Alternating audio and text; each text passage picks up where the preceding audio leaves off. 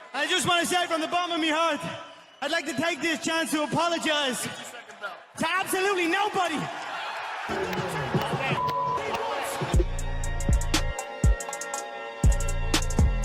Oh, Great American Pillow Fight coming at you.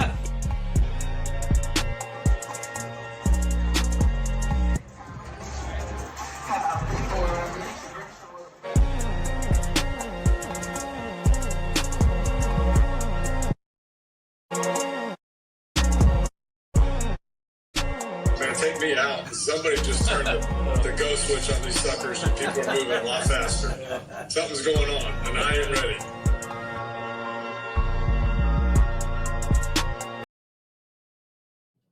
On behalf of Jumping Off Sides, we'd like to thank our presenting sponsors, Rubber Boot Crawfish Company. With 2 locations to serve you on Uri Drive and Mansfield Road, don't forget to ask about the 5-pound box special. Tell them Jumping Off Sides sent you.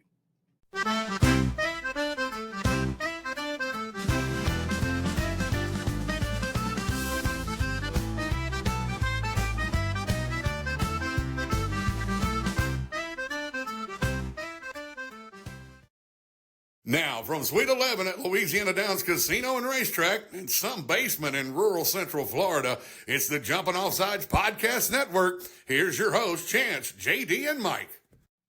Back again, episode 34. This is the Walter Payton episode here, number 34, the greatest number of all time. Episode 34, we got a special treat tonight.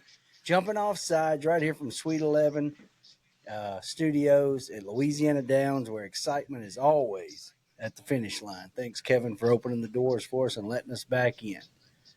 JD, I'm going to let you do a little bit of talking about our main guest that we have here. Of course, we have Mike Pearson in the house, and then John David Lyles. JD, he's here. So, all right.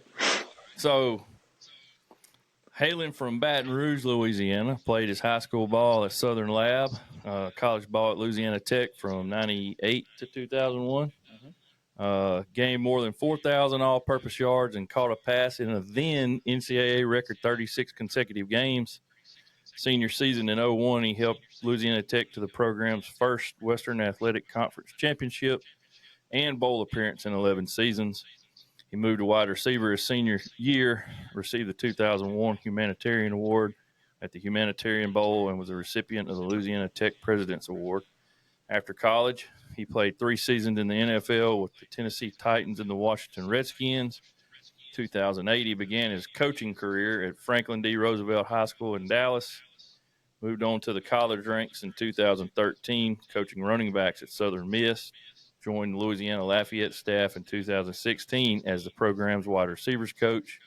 Then moved to Arizona State in 2017, serving as running backs coach and associate head coach to NFL Hall of Famer Herm Edwards.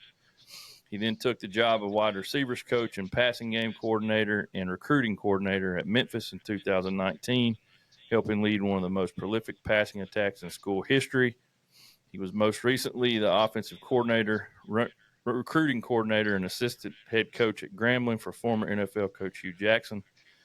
Currently has 2 sons, John the fourth, who plays at Louisiana Tech, and James, who recently signed to play running back at the University of Texas for Coach Steve Sarkisian. Ladies and gentlemen, please welcome Louisiana legend John Simon. Thank you. Thank you. good to have you, John. Thank you for Glad being to be on here. with us. Glad to Yes, be sir. here. So that was actually 46 consecutive games. Oh, really? Yes. And Yeah, let's get that. Get that right. Yeah, so that means for every game I played in, I had a catch. Really? Once I stepped on campus. That's cool. Yep. And then I was at UL for like 2 weeks, and then Chip Lindsey got the OC job at Arizona State, who was at Southern Miss with me. He got the OC job at Arizona State, so then I left UL after 2 weeks. So Really? Chip just got the OC job at Michigan. Okay. Yep. And then Todd Monken was the head coach on that staff at Southern Miss. That's so right. I've been blessed, man, to be with some really, really, really smart ball coach. Yeah, that's Mike cool. Norvell was the head coach at Memphis, and then Billy Napier was the OC with us at Arizona State. So, Yeah. Well, that's something you were talking about to me and Chance earlier, and Mike wasn't on yet, but John recruited Jaden Daniels to Arizona State.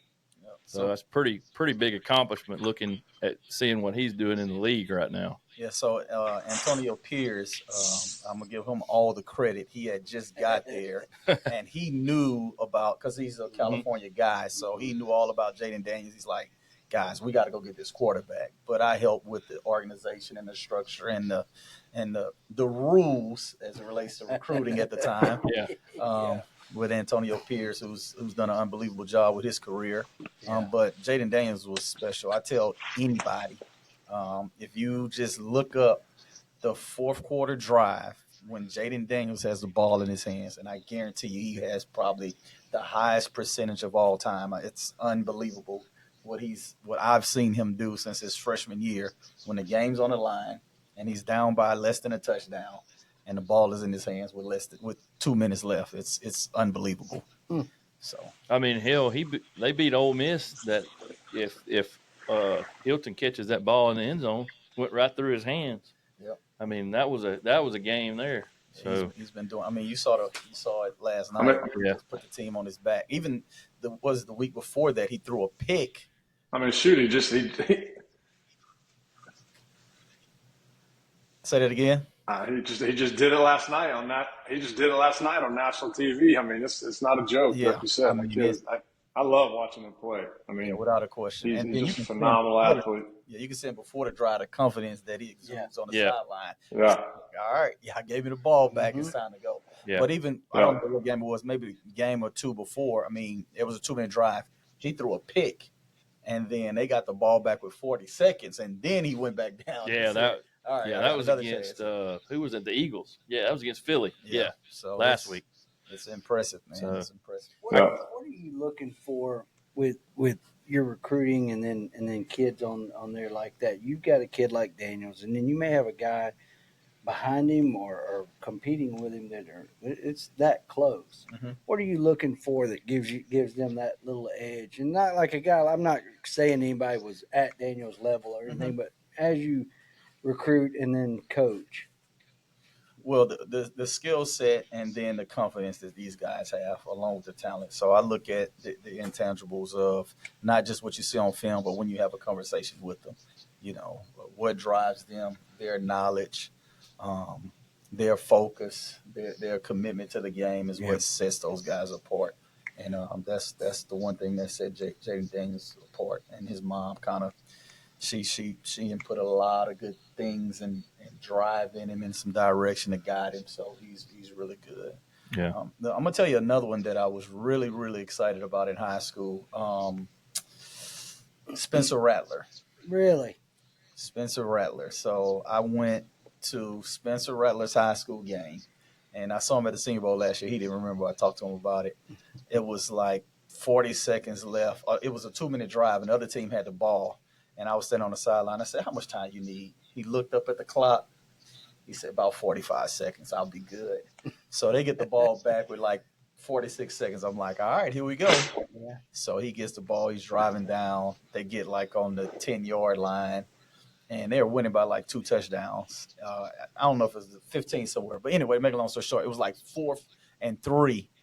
And he looked to the sideline. He started waving the field goal team off. He's like, no. And then the coach, he sends the field goal team out, right? So Spencer jogs over to the sideline. He looks at the OC. He said, have some effing balls. He said, have some effing balls. He was in high school. I went back to the office. I was like, guys, we need to go all in on this kid. I'm just telling you. I'm like, this kid here is a dude. He looked at me. He was a high school kid. He looked at the OC. He's like, have some effing balls. I was like, wow. I was like, He's from Arizona, right? yeah. He played high school ball in Arizona. So he was a special one.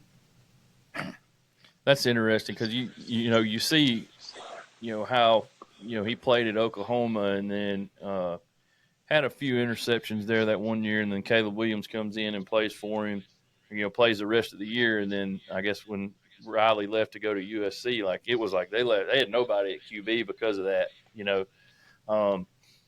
But then I don't know necessarily if it was all him at OU, if it was just Riley just wanted Caleb Williams to play, I think, more than anything. And, I mean, you can't blame the guy. But, I mean, when you've got that much talent at QB on one team, like, it's hard to figure out who to play, right? Yeah, I mean, you go back to Alabama. I mean, look at what they did when they had, what was it, Hurst? Jalen Hurts, and then Tua. he comes in, and then it's like, all right, guy, you got to go. Just think about that. Like, that guy's the starting quarterback for the Eagles. Yeah. He got cut from his college team. Like, he had to go somewhere else. He wasn't good enough. Yeah. You know, so that's a tough position because you don't get this. You don't get to share too many reps at that position. They only play one guy. So, you know, if you're a third round pick and you're playing behind a first round pick, you know, you end up being a free agent. You know, you never get a chance to show it. So that's true. That's a tough one. But the portal has changed all that, boys. Yeah, no doubt. Guys definitely, if it's not working out for them, they get a chance to go out and try to find a place where they can make home. So, but that's a tough journey for a lot of kids that are making those decisions.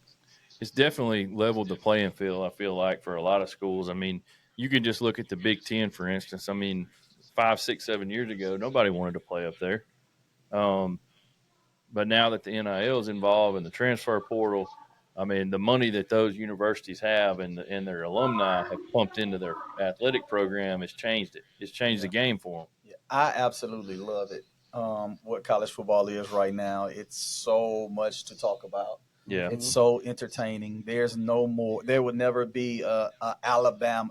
There's never going to be where you were the team of your time. Like if you go back, Florida had their run, Miami had their run, Florida State had their run, Nebraska had their run, Alabama had their run. Like that does not exist anymore. Yeah. No one is going to say, "Oh, all the 5-star kids are going here." That's anymore. right. Yeah. Like it's depth. The field is completely leveled. And just because your team sucked last year, there's hope that you can get a whole new team the next year. Yeah. You know, so everybody hates it, obviously, when guys leave, but I never hear anybody complaining about when they get new players and good players to join their team. So it's an exciting time for college football, and the players are making money, but the programs are even more marketable. There's so much talk about college football right now. It's good. I wonder, I'm curious how often we may or may not see kind of the FSUs, if you will, as we move forward, because, you know, they dipped into the transfer portal, you know, leaned into it pretty heavy 2 years ago. And obviously we're seemed like on the right train and right trajectory. And then they unfortunately missed out on the QB this year. And it was just a total, you know, quick descent, you know, from where they were at. So I'm curious if we may or may not start seeing some of these kind of blue blood, if you will, you know, top-notch programs maybe have some of those yo-yo type of seasons like FSU had. Because I wouldn't be surprised if next year, if FSU bounces back and wins 10 games, is in the playoff mix. That wouldn't surprise me at all. Right. Well, I'm going to give you my thoughts on FSU and college football, and even for coaches. So I think what happened at Florida State, and I know you guys are LSU guys, so he's a Florida guy. Florida. Well, you're from Louisiana, so you know what happens here at LSU. Yeah. So if anybody knows the history of LSU, every time they've won a national championship, 3 years later, that head coach has gotten fired. Because back in the day, when you're really good in Louisiana and to win a national championship, you lose your senior class and your junior class. And no one's ever been able to prepare for that other than Nick Saban himself. Nick Saban designed his program after that happened to him on a 3-year plan. So Mike Norvell building a roster the same way that he did at Memphis, he goes to Florida State and he's going to build it slow, and he's going to build his team, and everybody's going to understand the culture and what they do, right? Well, you don't have to worry about guys leaving early at Memphis. Those guys that were there, they're going to be there next year. He's developed his backups. They're ready to play. Mike Norvell experienced success on the big stage, and he lost his older kids. He lost that next year's class, and he lost some guys that wanted to go get money in the portal. So it's no way he could have prepared for that. But I'm willing to bet that Mike Norvell will better be prepared once he gets Florida State back on top. Now, it's not going to be a situation to where, it's just a one-year deal, because Mike Norvell's system is way too complex for that. If you look at the first year when he got there, the quarterbacks were terrible. right? It's a complicated system. It's a real detailed system. His system is not built off of, hey, you run a route 8 to 10 yards. It's like, I remember the first story I was talking to Mike. He's like, yeah, we lost a game. Freaking receiver ran a 9-yard route and it was supposed to be 10. I was like, oh, like what? He's like, yeah, it cost us the game. He was short, ball got tipped. I was like, oh, like his system is really detailed. So it's gonna take some time for him to rebuild it, but I think he's probably figured that out now. That once he does rebuild it, what it takes to sustain it at that level. Well, that's where these guys are probably going to have to start making some, I'll say, some wholesale changes too to their schemes because of situations like that. Exactly. I mean, if you've got a system that is so detailed and intricate and I'll say complicated, and time is no longer on anyone's side to give you this 3-4 year run of like, let's build the culture, let's get these kids in line, let's build the kids that we, because the three things that are always going to weigh heavy on a Power 4 now head coach is money, money, and money. So they're not going to just give these guys these 3 year windows when they're paying them $7, $8, $9 million. And I mean, case in point, at our school and my alma mater, I mean, week 4, and I was one of the people in the same bandwagon. Hey, let's get rid of them. Let's fire them now so we can start looking for our new guy. And it's because, I mean, money is making everything move. And when you're paying a guy $8 million, you're not going to put up with 5 and 7. Oh, without a question. I'm curious how these coaches will start kind of tweaking that offensive system or some of their schemes, because I know kind of some of that carryover effect has been happening in the NFL in the last 5-6 years, where a lot of these offensive, kind of gurus have really had to tweak their systems because they don't get as much time with these guys in OTAs, and now the college kids who are coming to them are kind of these 1 year kind of hits and they're off. So it's going to be interesting for sure on how all these coaches like Norvell, like Ryan Day and others, how they kind of make their adjustments and get these guys to perform now, because the boosters and the NILs and the Chance Gants of the world ain't going to put up with 5 and 7 for $8 million. I'll put up doubt.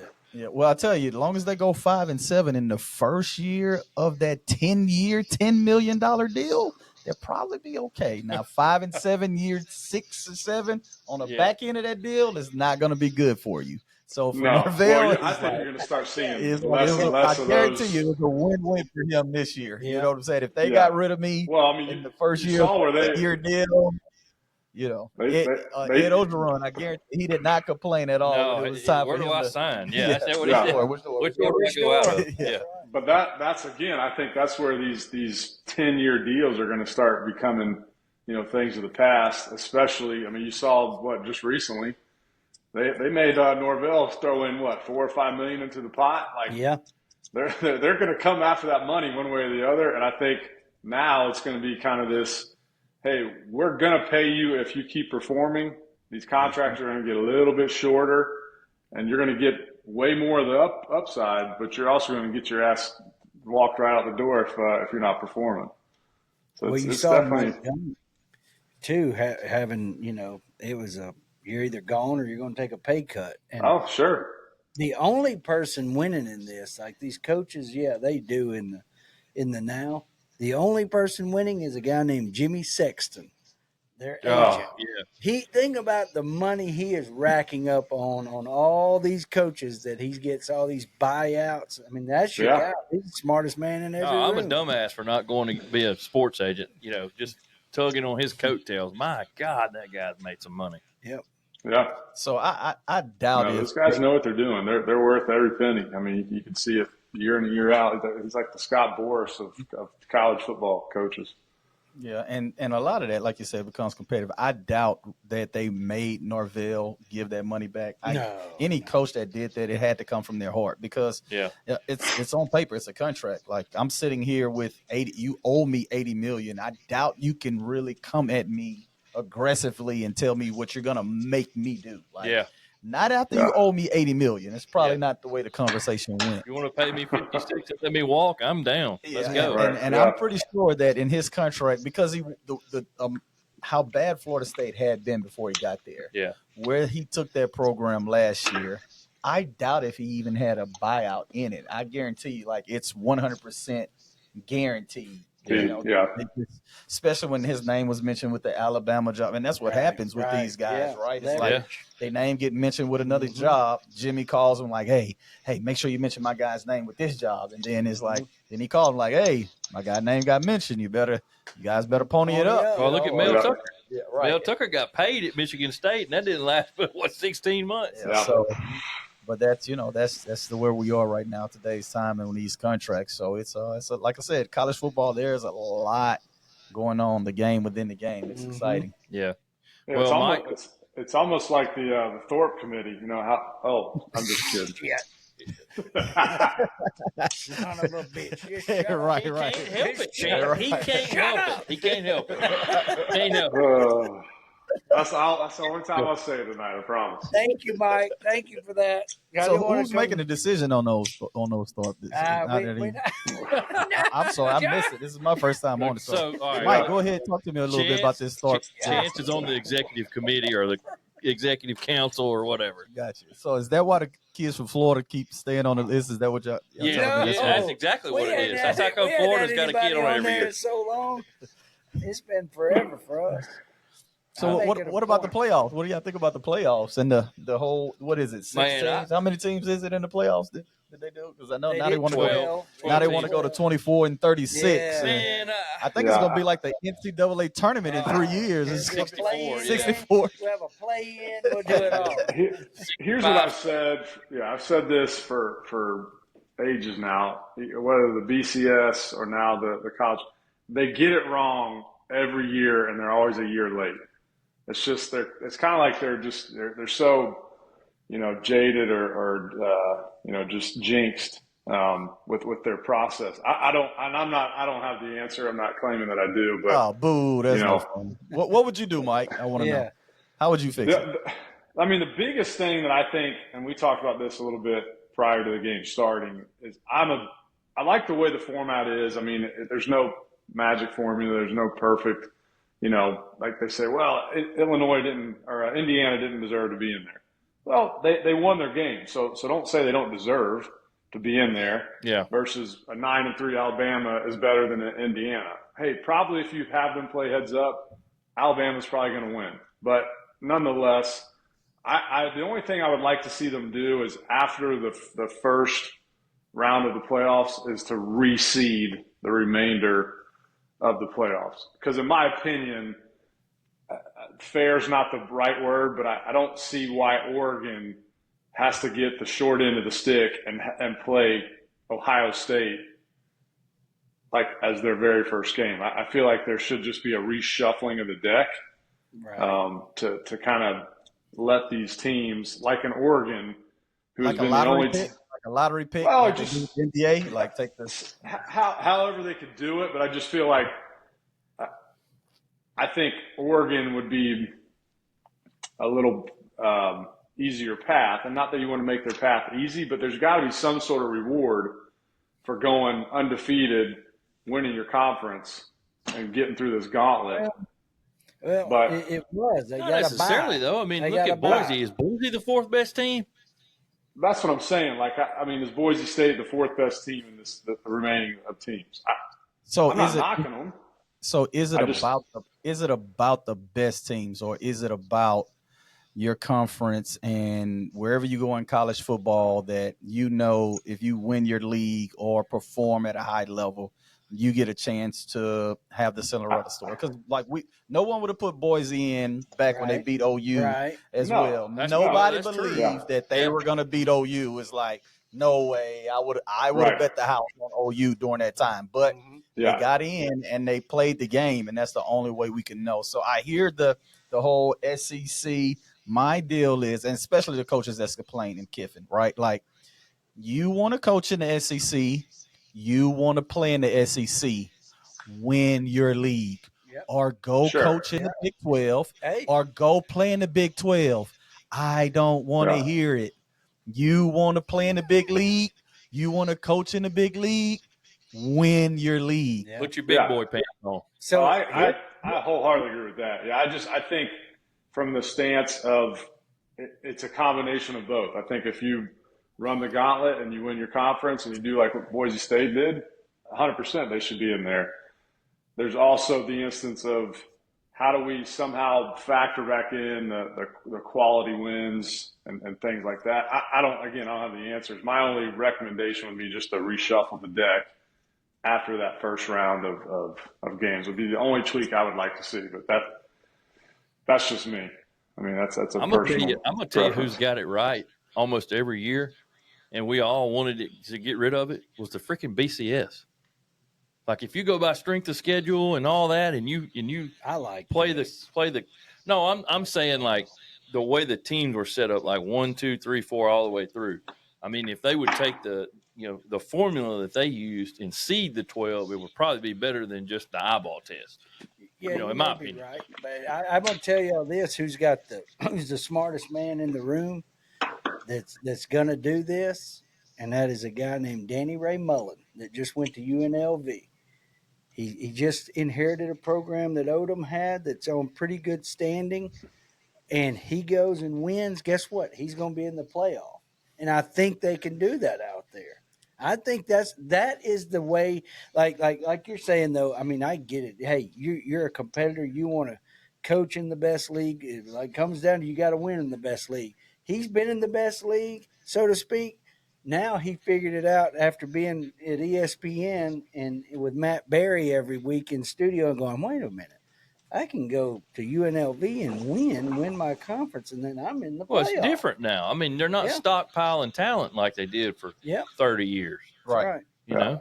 So I'll be interested to see how he does. I was a Mullen fan. I think he probably towards the tail end of it, he just got frustrated with our boosters and dealing with that day in and day out. And he saw probably that NIL kind of, staring down the barrel at that, thinking, I might want to see how other people do this and then get back on the horse and run it. So I think he's kind of strategically probably set himself up in that way to have a better outcome. And I think the NIL is definitely a big part of the coaching now, and understanding how you really manage it. Having the general manager position is very, very important now. I think that's the second most important hire on your staff. And there's not a lot of schools that have figured it out. And the problem with colleges is that they're so prideful. They don't want to talk to, like, you're not going to have this state school call over to this state school and say, hey, how you guys are doing it, how you're structuring it. Because the problem is for all the schools, everybody does it differently. And no one knows who to lean on, who to trust. So I hope Dan has the right people in his corner that's telling them how to structure it, utilizing the NFL model. That's going to be really, really important when it comes to building your culture. But, Mike, I'm not scared to talk about this playoff deal and what I think you should do. I have a thought. I think the strength of schedule, you should give certain strength of schedules 3 seeds. Like the SEC, you should get 3 teams in. Mm-hmm. I think if you go to the conference championship, those 2 teams automatically in, and then the next best team, that's your third. I think you decide which 2 or 3 conferences get 3 teams. Everybody else, if you go to the conference championship, you get 2 teams in, and then your group of 5, they get, I think, 1 or 2. You get 2 or 3 bids for your non-group of 5, including Notre Dame, because they don't have a conference. They're independent. Yeah. So that's what I think. I just think if you go to your conference championship, you deserve a chance to get in. And then you, like you said, I know what you're saying, but then go to the reseeding of, okay, they said this is the strongest conference. This is the weakest conference. So this is the 1 seed. This is the 12th seed, and doing it that way. But I like kind of where it is a little bit, but I just don't like the complaining about, we're a big boy, we lost it. Because everybody talk about strength of schedule right now. like I think college football is so even. Like they say, oh, Texas hadn't beaten anybody. I'm like, but they haven't lost to anybody either, other Except than Georgia, Georgia. yeah. Like if you look at everybody else, it's like Lane, like you lost to LSU, like your fault. You lost to Vandy. Like I don't know what to tell you, so don't tell me about your great wins because we can always point out your low losses. Yeah, like Bama losing to OU. Yeah, Bama, you lost to OU, so you control your own destiny. If you win the games that you were supposed to win, then we're not even having this conversation. So you don't. I can't remember. Is there a possibility where Texas and Georgia could be in the final game or no? There's okay. And that's my only part is where I would love to see a reshuffle because if I'm being honest, if that's the national championship game, I'm probably not watching. I'm just being honest. It's like I don't want to watch it for the third time. I mean, I just don't. The question would be when do you want to watch them play again for the third time? Because they have it set to where the only way they would play each other if they both make it to the national championship. They didn't put them on the same side because nobody would have wanted to watch that, right? Right. So now it's Texas has to go through Ohio State or Oregon or one of them to get to Georgia, and if Georgia has to go through Notre Dame and that's Notre Dame on their side, and I think Penn State or Boise or whoever the case may be on that side for them to get back to for the third time rematch. So I like that part of it versus they would have turned around and had to play each other like right again. Like when we were at Memphis, we played Cincinnati the last game of the season. And then to go to the conference championship, and we had to play Cincinnati again the next week. Next week, back week, just like that. It sucks. You beat them both weeks. We did. We beat them back to back. Which is hard to do, and you know that as a coach, that's hard. Extremely hard to do. Well, maybe they should just do it and have 64 teams, so LSU and Florida could have gotten the playoffs this year, and we'd all been happy.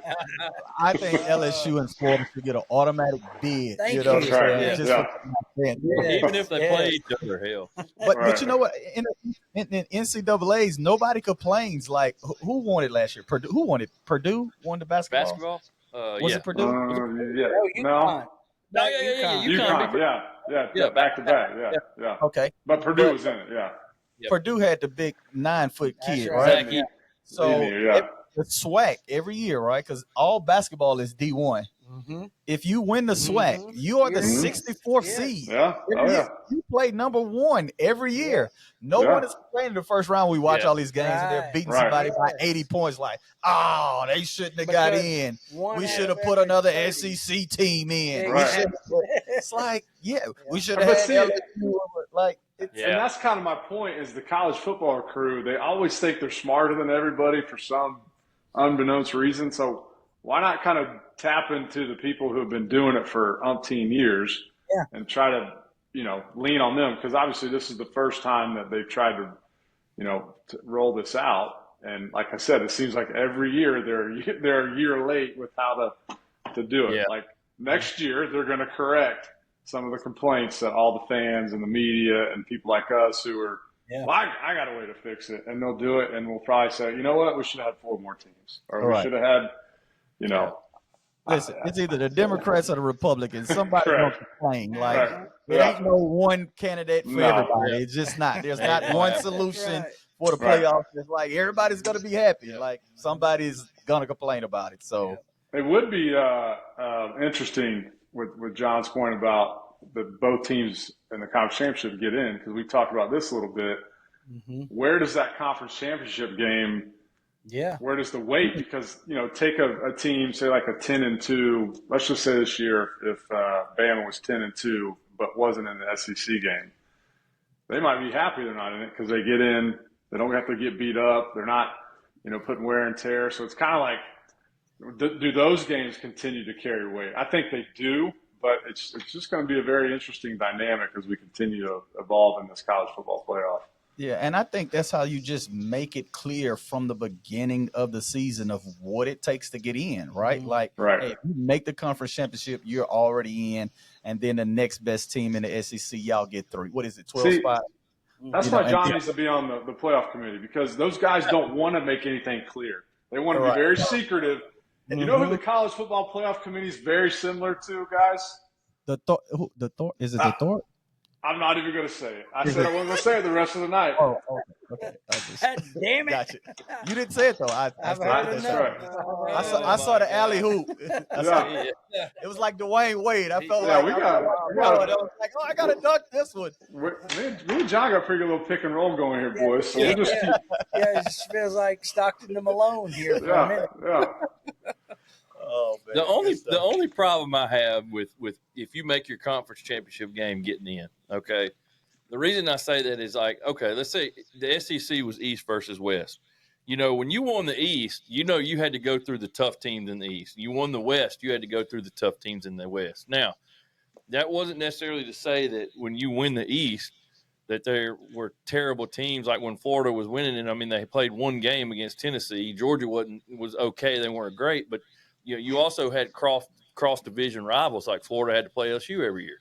Right. You know, the difference in it with it now is you got somebody like Texas, like, okay, now they won their games. Let's talk about it. But they played, you know, a lot of teams. Vandy, they played teams without winning records. Vandy beat Alabama in the conference. Vandy beat Alabama. Oh, I know they did. Okay, go ahead. I know. They beat a lot of teams. And they played Texas won their A&M. bowl They game. beat Texas A&M too. Texas A&M beat who? LSU or who There did they you beat go. this year? Yeah, All right, so they didn't play LSU, but they beat Yeah. Texas A&M. That beat LSU. I know. They didn't play I know. Alabama, but they beat the brakes off Vandy, who lost to Alabama. So Alabama, LSU, get on your business. I don't know what to tell you. Heck yeah. I mean, And for the right. record, Like You back gonna in the get some day, heat in Baton Rouge. back in the day, it I used to have Baton Rouge. like back in the day when we were kids, right? Like if you had a fight with that dude and then you lost to that dude, and I had a fight with that dude, I beat him. Like you didn't have a right to talk smack to me. It's like, dude, I beat the dude up that you lost to. Like, yeah. what are you talking about? Like that means I can beat you up, right? Like, I've is that no always argument? said, I mean, here we go with the they we beat, who they beat, we beat. Yeah, you know? we beat, they beat. See, that's what I've Here we always go. been against. But Now that's- you can't go by we beat, they beat. Okay, so let me ask you this. All right, so if it was the SEC, if it was the two teams that won the SEC and then the third, who would be in? Okay, let's talk That's a about great that. question. Great question. Who did Tennessee beat? Bama. Tennessee beat Florida. Tennessee beat Vandy. Yep. They didn't play nobody else. Okay. Who did they lose to? Who did Tennessee lose to? Arkansas Okay. and Georgia. Okay. Okay. Lost. And Arkansas is terrible. They should have never lost that game. Facts. Now they did go to OU and whip up on them, but listen, OU wasn't that good this year. Okay. So then you got Ole Miss. You know, Ole Miss lost to Florida, LSU, and who else? Ole Miss lost to? Kentucky. Kentucky. Kentucky. Okay, that was a tough one. All right. Mm. So then you got Bama. Bama lost to. So just out of those two, so who gets a nod out of Tennessee and Ole Miss based off of that? Flip a coin, right? How can you decide? Yeah. Okay, I think Ole Miss beats Tennessee. How do you know? No. I'm saying based off the not what you Okay. think, based off who they beat and who they lost to. Yeah. You're gonna say like, I know, but it's just like this. Okay, it's first of the year. South Carolina lost to Alabama. South Carolina lost to Ole Miss. At the end of the year, they was probably the third best team in the conference. Without a Maybe question. the second best Yeah. team in the conference. Yeah. without a question. So I mean, do you put them in? They're So, 9-3. So I'm asking the coach, like, why you ain't played the other quarterback earlier? That's your damn fault. I know. I don't know what to tell you. I mean, Yeah. you signed him, you recruited him, you evaluated him. Like, Yeah. saw him every day. Well, you said- tell us. you You're the recruiting coordinator and the said- passing game coordinator. How do you go to the head coach and say, "Hey, coach, look, we need to be playing this guy"? Oh no, you don't. I'm just saying the head coach makes that decision. So that's why they paying But the can big you- So bucks. do Can you you do you put a sway bug him? in his ear? Yeah. Yeah, it's all about the way that you put that bug in his ear. Yeah. How you do it? So Okay, so here at Florida, okay. and Mertz is playing, Lagway's playing. Now he's playing Lagway a little bit. Now Billy's personality, my personality, I go knock on the door, close the door, and I say, Billy, look, like I'm just telling you, I got a gut feeling. I don't know what you're seeing, but that's based off the personality of the head coach and someone that has that relationship. Yeah. So if it's a head coach that I don't have that relationship with, I'll be like, Chance, man, that's your guy, man. Like, Chance, come here. Like, I'm gonna put Chance in my office. So you're gonna get him fired. No. For you want somebody else. Him and the head guy are like boys. Like, they go way back. There's lies always crowd. somebody on the staff with the head coach. Yeah. There's always a guy on the staff with the head that Jamie goes way Sporonis. back with the head coach. You know what I'm saying? Like, Chance, you're getting demoted to special teams coordinator. All right. not if he's right though. Not if he's Yeah. Right. So I had that situation at Memphis with me and Norvell once though before. Antonio Gibson, we were trying to figure out like we needed a returner and a running back. And Antonio Gibson was on the sideline because we had Kenny Gainwell. Mm-hmm. You know, we just had Tony Pollard had just went to the league. We had who else was on that? Kenny Gainwell. Antonio Gibson was on there. You want me to have to look the roster up for you? Coach? No. There's Patrick Taylor was there. So we had 3 or 4 guys that was running backs that were going to the league, and then we had receivers was just loaded. Antonio Gibson sitting there just coming out of JUCO. It's like nobody's playing bad for him to get an opportunity. And I'm just like, man, I'm just telling you. And he finally got out there, balled out. And then I'll never forget, I had wrote like a little message on the desk. It's like, told you guys, Antonio Gibson. Yeah. So, but I forgot to erase it. Phil walks in, sits next to me. He's like, who wrote that? I was like, I don't know. What are these guys? So. But yeah, it's all about how you deliver that message though to the head coach. You know, everybody's there that want to win. Mm-hmm. If it's Todd Monken, you just blurt it out. He's going to argue and just be like, you don't know what you're talking about. It's like, Coach, I'm just telling you. Like, don't back down. Have some balls. Like, be convicted. Like that was Monken's things. Like, whatever you believe, be convicted about it. And if you're right, you're right. If you're wrong, you're wrong. But have some conviction, but be right more than you're wrong. So somebody on these staffs got to have some balls and be willing to just say what they believe. Yeah. I agree. Coach, I'm just telling you, this kid is special. Yeah. You know, Antonio Pierce, when he brought Jaden Daniels in, he was like, I'm telling you guys, like, this kid is special. Like, he has a chance to be really special. And Herm was like, all right, AP, well, let's go get him. Go get him. So there you go. How was he to coach with and coach for? Herm? Herm seems like he'd be a great guy to work under. Oh, he's a true players coach. A true players coach, and I love that about him. He didn't play to win the game. Yeah, and he didn't take any excuses from the coaches about what the kid couldn't do, what he was. He's like, I don't want to hear that. That's your job to get him to be able to do it. Like, he's a players guy. It's like if the players didn't get it done, it's like, all right, we got to find a way to get them to do it. You know what I'm saying? Do you think that's from being in the NFL and playing in the NFL, then coaching in the NFL, because it is a players' league, and so you translate that back to college? Yeah, he did. I mean, he coached from that perspective of being a player. It's a lot of guys that play the game that once they get the coaching, they don't forget being out there and what it's like to be out there. So he was great for the kids. He was great for college football. He was great for just a college kid just growing and coming up. So he was a great guy to work with. He didn't mistreat you. He understood family was welcome. He welcomed family over. His family was around. So he was a great guy. Everything that you see about him, like, that's truly who he is. He's awesome. You can get him on the show. Seems like a very genuine guy. I might be able to get him on a call while we're on. No, that's fine. But Cam did FaceTime me back. So, did he? Yeah, he tried to FaceTime me in. So how good was Brandon Ayuk in college? So Brandon was really, really good, but Brandon decided when he was going to be good. So when Brandon Ayuk came in his first year, I'm like, come on, Brandon. Like, coming out of JUCO, just kind of like, I'm just out here. And I'm like, come on, Brandon. Like, he was like, Coach, like, he's like, listen, let me tell you the truth. He's like, so when I got to high school, my first year, it's like kind of just learning. Then I took off year 2. It's like, and when I got to JUCO, he was like, it's just kind of that first year.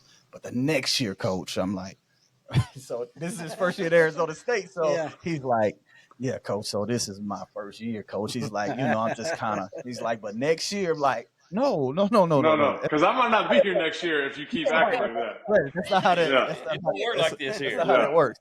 But just unbelievable.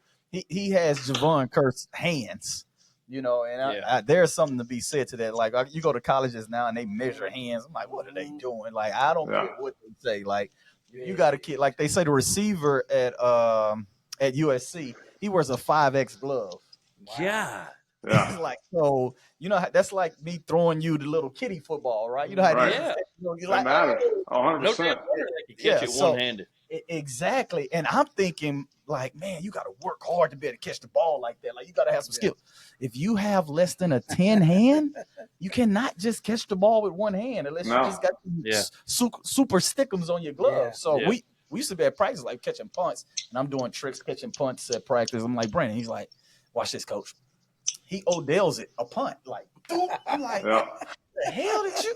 I'm like, let me see your hands. I put my hand up to his. It's like this. I'm like, it's like cheat code. I'm just telling you.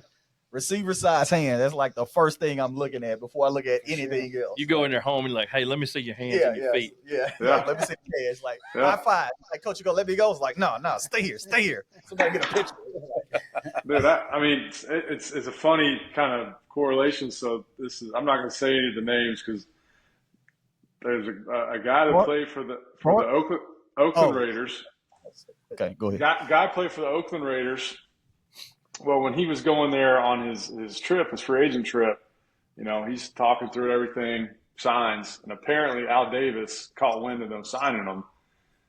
And before he even got onto the plane, they said, hey, you know, Al's not real happy with the kind of assigning you. We might have to kind of have you come in and meet with him. And the whole thing was because Al Davis went up to the GM and the guy who was basically, you know, the director of pro player personnel, be like, did you see the size of his freaking hands? They look like little kids' hands. Like, he was irate. And we're talking about an offensive lineman. So, I mean, all these measurables matter to somebody somewhere. It's nuts. Yeah. I mean, you got to think about these old guys that's been around like legends before. And I'm just telling you, if the guys that I had big hands, if they had a little hand, and they just it's like an ex-girlfriend that rubbed you wrong. It's like, I don't want to see that. Yeah. I'll mess with redheads. Them things are crazy. Just leave them alone. Redheads with little hands. It's like no deal. That's a deal breaker. I'm out. That's crazy. We would like to take this time to thank one of our corporate sponsors, Louisiana Downs Casino and Racetrack. Since 1974, Louisiana Downs has been the premier racetrack in all of America and continues to showcase the best horse racing has to offer. From quarter horse racing in January to thoroughbred racing in May, Louisiana Downs is where excitement is always at the finish line. So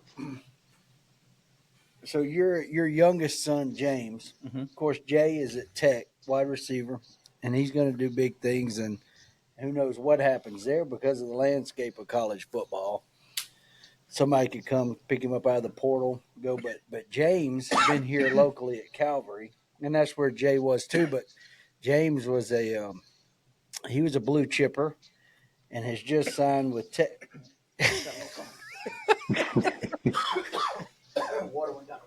You need me to bust you in the back? Put that farmhand. Yeah, farmhand will bring you right back around. Don't drag me out by my feet. Yeah, don't. We won't. All right. Yeah. You ready? All right, I'm good. All right, business class. Here we go. Start over. All right. So James just signed, he's blue chipper, just signed at Texas with Sark. As we know, Jay's at Tech and just completed his first football season there.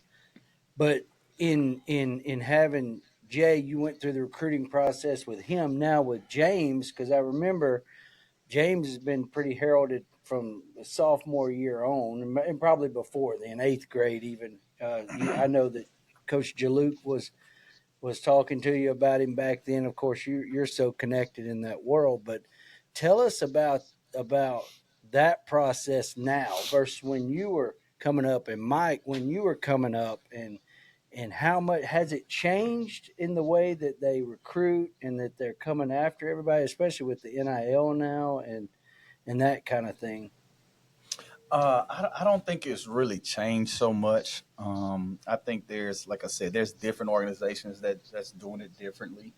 I think there's some that align properly as it relates to the general manager. You know, when you talk about in the NFL, you never had a conversation with your coach about contracts or conflicts. Like, they coach the team, they let the business side handle that. There's a couple of colleges that are operating that way, and I think it's better. You know, you got to imagine you as a position coach, you know, you're handling the kid's contract, you're paying him a lot of money, and you know how much he's getting, and he's not performing better than this kid. You're like, man, I done gave you all this money, and you're not performing, So I think in the NFL, that's why there's a separate office for that, so that the coaches don't get involved in trying to make decisions based off of money, or being emotional, or being feeling some type of way based off how much a kid is getting. To answer your question, though, I don't think it's changed that much. I think they still go out and evaluate the film to make their decision and make their offers. Now, once they get down to the last phase, I think that's the difference in the recruiting now. And some places will take a commitment from a kid and not have a conversation with him about his contract or with him about his salary, of what that number will look like. And a kid that does not know, they will show up on campus and then figure it out if they're already there. I don't think that's the proper way to do it. Yeah. There are some schools that, like I said, that do it the right way. They're going to talk to you about it, what your value is, and it's not based off of what someone else is paying you. This is where we value you as it relates to, a first round, second round, third round grade or ranking, or per se for college. And this is where you're going to start at. They explain to you how the payment structure is, and they'll give you a contract and present you those numbers and let you know exactly how it's going to be. And I think for a kid coming out of high school, I think the best way to do it for my son, the way that we approach it is, let's look at the 5 schools that you're really excited about, the 5 schools that really fits who you are, your skill set. From top to bottom, we think that's would be a top 5 program where you feel like you can excel there. And now, after we've narrowed it down to 5, then we went through and figured out, okay, what are the numbers and what the numbers look like. And that's how we figured out what his value was. I think all these people running around saying, oh, a kid value is this, a kid value is that. It's like, value is based off of what someone is willing to give you, cost and demand. So if you don't have a number, there's no way you can say what your value is until you've talked to someone that's willing to give you that number. So, and I think, in today's time, if you don't have that person in your family that understands the process, that's been involved in your process, then you do need someone to represent you, to guide you, to make sure that you're getting, exactly what it is that you deserve, or somewhere in the ballpark. Because there's a lot of schools that will allow you to walk in there, sign up, show up at the first day of school, and they've never talked about it. If you ain't talked about it, we ain't talked about it. Well, whatever we give you is what you get. Yeah.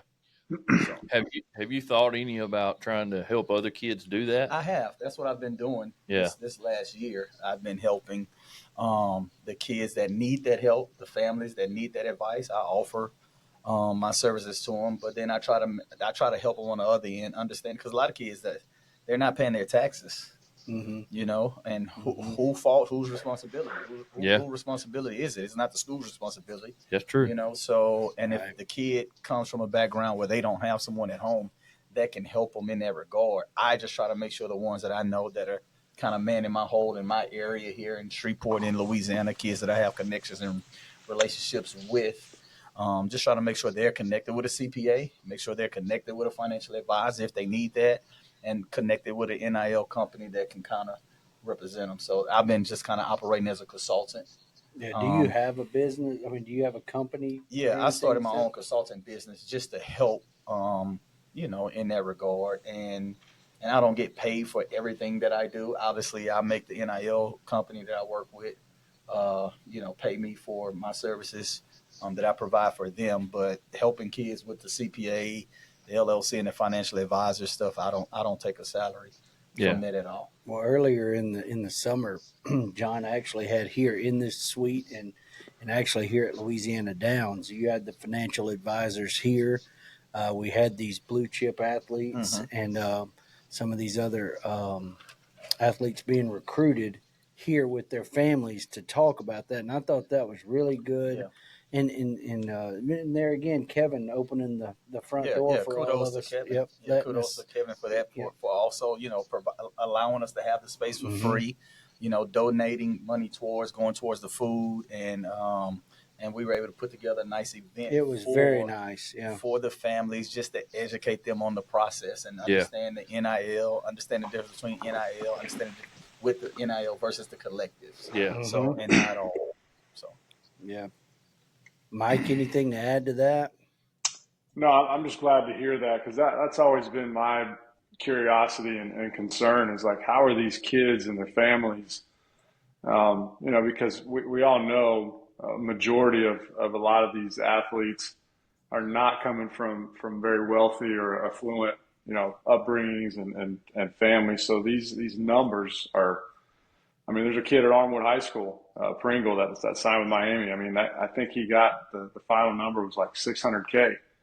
So great kid. But obviously, coming into that type of money, hopefully they've got a very good support staff and people around them, and you just hope and pray that there's not going to be any of these like just very sad stories of, kids getting this money and going and blowing it all on a weekend and I know they're not getting it all lump sum right up front. So I know there are some guardrails in that regard, but we all know we've heard those stories from the past where they get hooked up with the wrong type of people and, they turn around and they don't have any money left, or, somebody has kind of taken their name and just ran it through the ringer in a credit type of situation. And so I'm glad to hear that John and some of his people are, getting a good, resource, kind of avenue for these youngsters. 'Cause it's great that they're getting paid and I'm all for it. I'm just glad and hopefully that we continue to give them some structure, because we know there's going to come a point in time when football is not going to be their path for their financial, well-being. So then getting them on a good foot, starting off in life as a 23, 24, 25-year-old young man, because they've got a long road ahead of them, and to have some good, solid financial literacy, if you will, is good to hear. So kudos to you, John, for taking that on, and I hope we continue to do it, because it's definitely needed for sure. Yeah, and the hardest thing is just the taxes. I'm telling you, is because that's the scary stories that are gonna come. 5 years from now, if you didn't pay any taxes and now you can't account for that money and you owe the IRS. The IRS is the one group that they don't really play patient. No. They're not going to give you a lot of time to come up with it. So those are the stories that I hate to say that we're going to hear about, in the next 3 or 4 years. Because the guys get a chance to go to the NFL when the IRS comes and they can pay it back. But if only made the money in college, and if they took care of family and they splurged and did other things with the money, then it's going to be tough. So question with that. I know that once they start the revenue sharing process, is that next year or is it a year after once they start revenue sharing? It's going to be this. 25. So each athlete will be like a employee of the university. So I don't know if that means they'll get a W-2. How does that work? Like, so let's just say your son, they write him a check for NIL. Is he get a 1099 from the NIL, from the collective? Like, how does that? I think it's going to have to be a 1099. I couldn't imagine they can make him a W-2 employee because well, there's a lot that comes with that. Right. When you become a then W-2 you got labor employee, laws, you got there's a lot. Right. Getting to a little fight at the party is now a whole different. Yeah, you get fired. Yeah, you're fired now. You can't right? put stuff on social media and think you're gonna be good. Coach ain't just show up on 5 o'clock in the morning. We're gonna up down. It's like, nah, you got to go see the president, buddy. Like, that's your second fight. You're out of here. You're fired. So, and then now, how do you get into another school when you've been fired from a school? That's just. I don't know how they can make them a W-2 employee. I would imagine that it's still going to be a 1099 situation. Yeah, I think so. Yeah, I think the W-2 thing, I think it's a great idea on a piece of paper, and it seems like it could solve some problems, but there's so many other, arms and fingers and legs that will grow if they ever went that path, which they would love to do it to be able to control it even more, but they don't want all the HR I'll say baggage that comes with going that route. Yeah, I can tell you, I'd be an HR nightmare. right. Oh my gosh. I think, Mike, can you remember could you imagine all the shit y'all did on each other in college? Oh my gosh. Now in the social media days with camera phones and all that stuff. Yeah. And John, you too, like all the pranks that Mike and them pulled on each other. And I know y'all probably did the same thing. I mean, I can't imagine. yeah, No.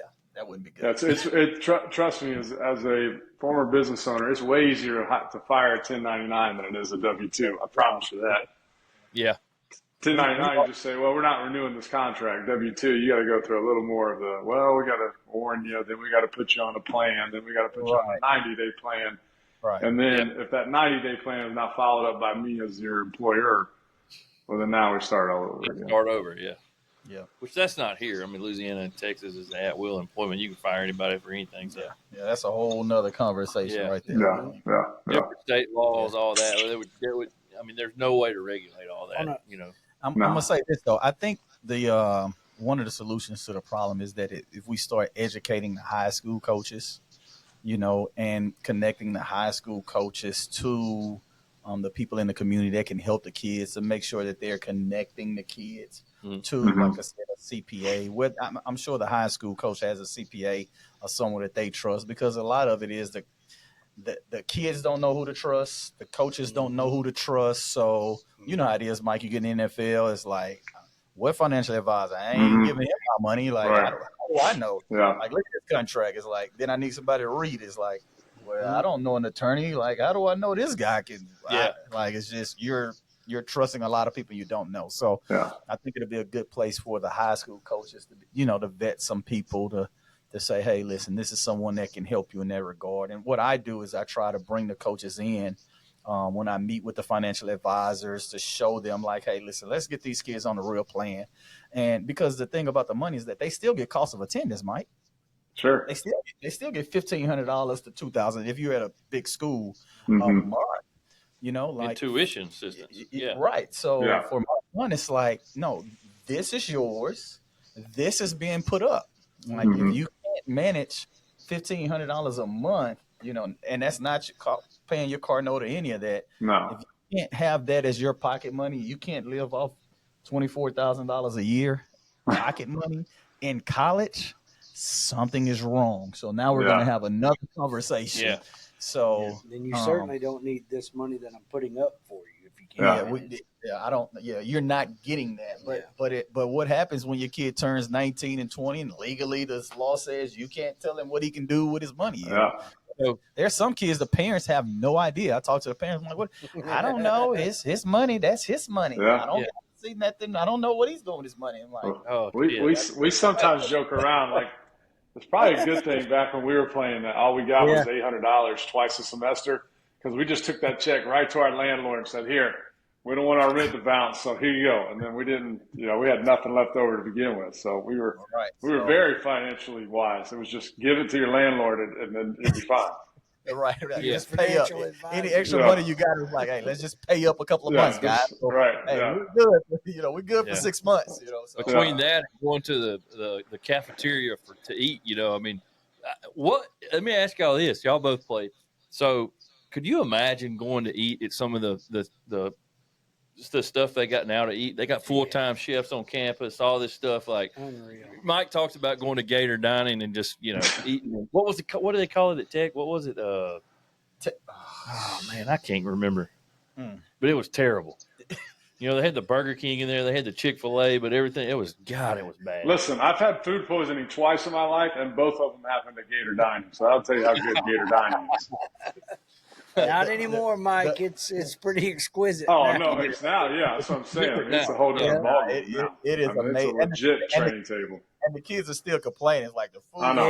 Yeah. What? Get out of here. No, y'all didn't eat what we ate. What? Oh, man. Going through those little trays. I would have lost money, just so you know, because I was telling everybody I had my hands like this. I know where James is going. I know where he's going. Do you know where I'm about to say? What about James going to Florida? No. Oh, I knew that was never going to happen. Are you talking about going to LSU? Nope. Notre Dame. Oh, you thought he was going to Notre Because Dame? Marcus was one of the first to offer him, wasn't he? Yeah. And Dylan McCullough is one of the best running back coaches in the country.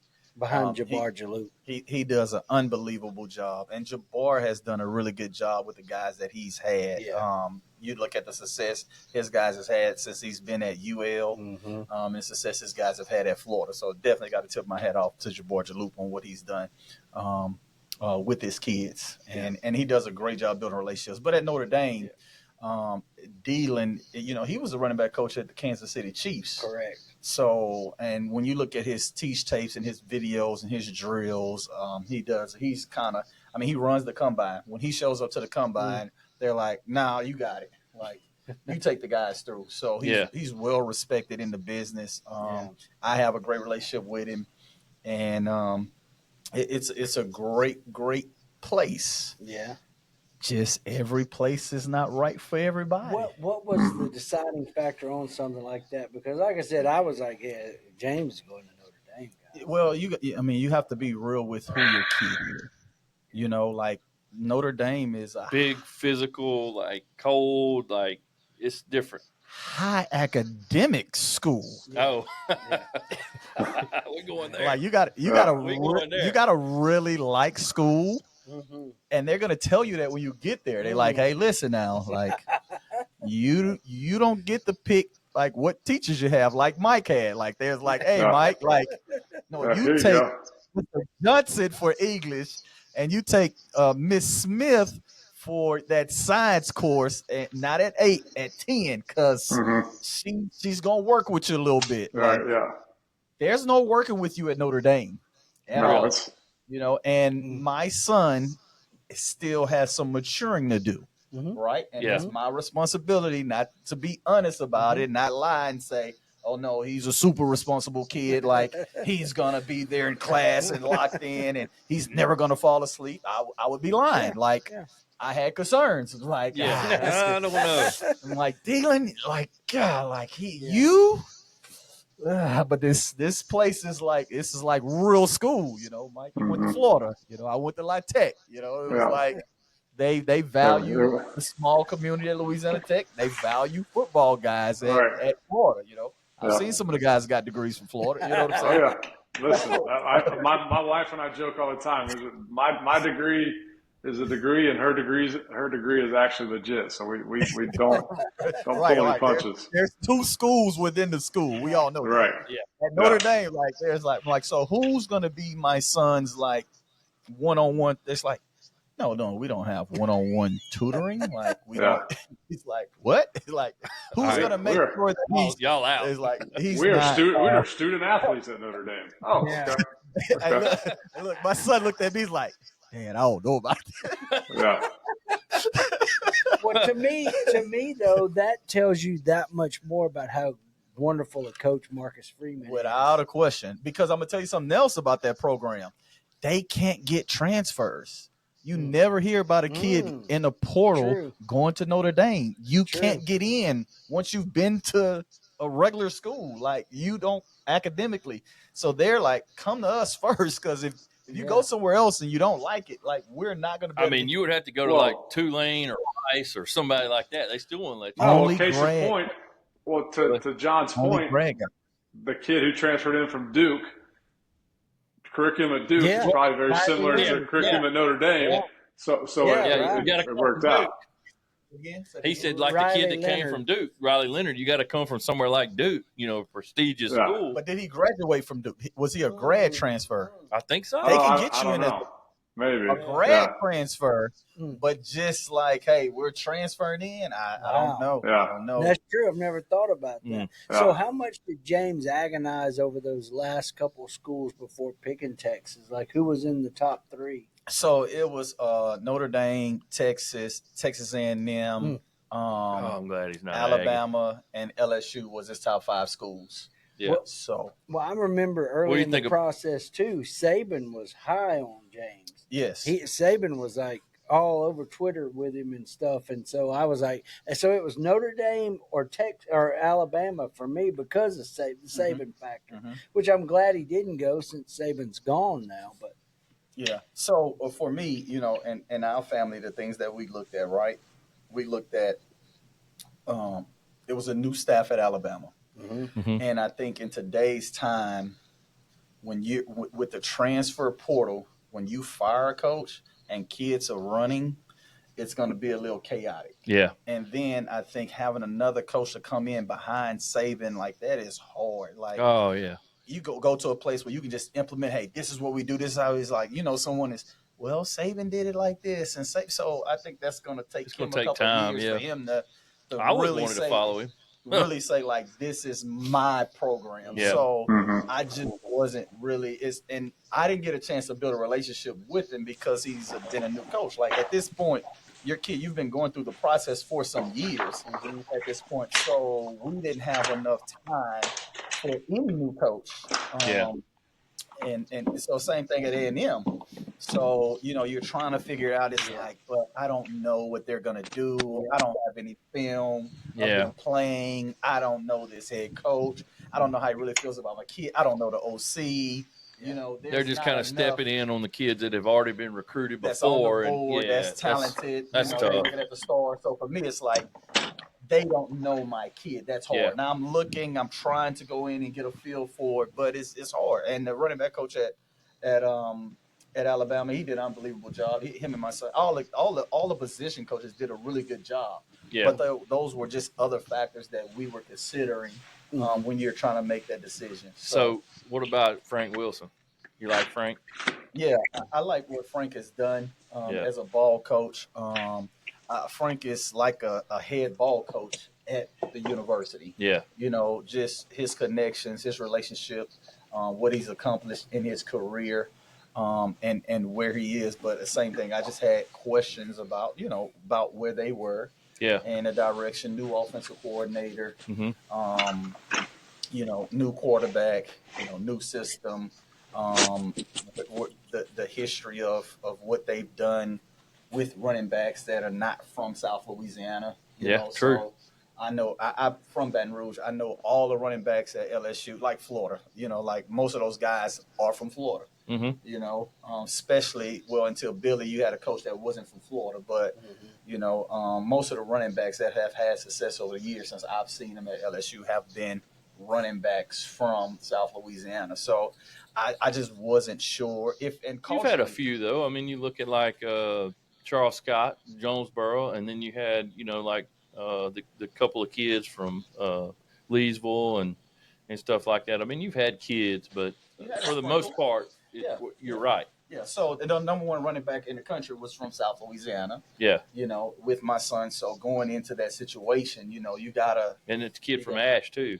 Was really good. Yeah, well, he wasn't in the picture at the time. It was just my son in Harlem. Harlem was committed, and then it was James. So, running back from South Louisiana. And then culturally, LSU is a culture school, in my opinion. It's different. It's definitely different. Florida is a culture school. Miami is more of a culture school. Let me say that. Miami is a culture school. Like back in the late 80s, the early 90s. LSU is always going to be a cultural school, like South Louisiana, the dance and the Mardi Gras. It's a vibe, it's an energy, and I wasn't sure, if my son again was ready for all of those things. And then I still had questions about what they were going to be doing offensively in the direction. So I just wasn't sure. And he absolutely loved LSU. Yeah. Because so many kids from Louisiana. But at the end of the day, he just wanted to make a decision that was sound for him. So when we looked at Texas, Texas checked all the boxes. They wasn't committed to all their running backs are from different places. Mm-hmm. They're not just all Texas, because Sark is not from Texas. So they've made a commitment to recruit Texas, but they're not just all in on all Texas schools like coaches have been from the past. It's the location of the school. Austin, it's a college environment. If you go and visit, it's just a bunch of college kids there. Yeah. So you don't have to worry about, the locals or going outside of Austin. The safety, the crime rate is low there. Academically, the school is really well. And they have a lot of support for the student athletes. Yeah. Academically. For sure. So they checked all the boxes. And when I looked at how they were aligned, I told Sark, I believe that it's their time. I told him that 2 years ago when I watched the program of what they have from top to bottom, their general manager, the way they operate. Sort. It was important to me that it was the offense was a head coach's offense because coordinators do well and then they get another job and they're gone. and then now the way that offense coordinator used your son, then this new offense coordinator may have a whole different philosophy, may not even like your son, you don't know. So Yeah, that's good. that was important to me. I told my son, I said, it's important that the offensive coordinator is the head coach that has a vision for how he's going to utilize you. And Sark did, and then the guy has NFL pedigree. When you look at the running backs at Texas, the running back that went first in the draft last year was a running back from the University of Texas that had torn his ACL, that didn't do anything in the offseason, didn't do anything in the combine. But when you watch the film and you look at what they do schematically, you would say it transitions to the next level on Sunday. So I felt like it's a place that if my son goes there, performs well, and the running back coach does a damn good job. Short choice, and he absolutely loves kids. Georgia Tech guy, wasn't he? Yeah, so he has a great relationship with his guys. He loves his guys, and he loves just coaching the position of running back. So it was the best fit for my son.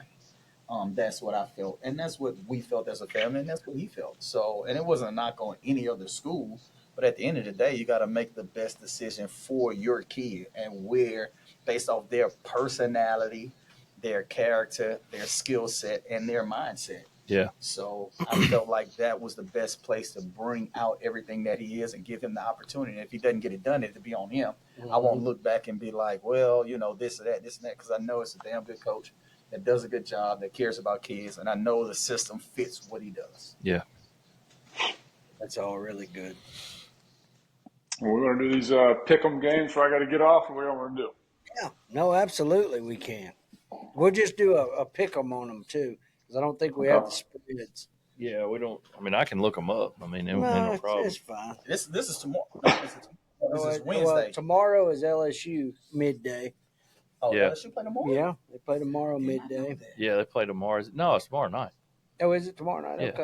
I Well, think that's fine. That's a couple They're going to games get beaten no matter what they do. Who they play? Who they play? God, here we Baylor. go. I got to listen to this That's shit. going to be a good Texas game, though. Bowl. Baylor's favored by 4. I'm taking LSU against Baylor. Yeah, I though. am too. Where's the game at? Where's the game at? Houston. Houston, yeah. Ugh.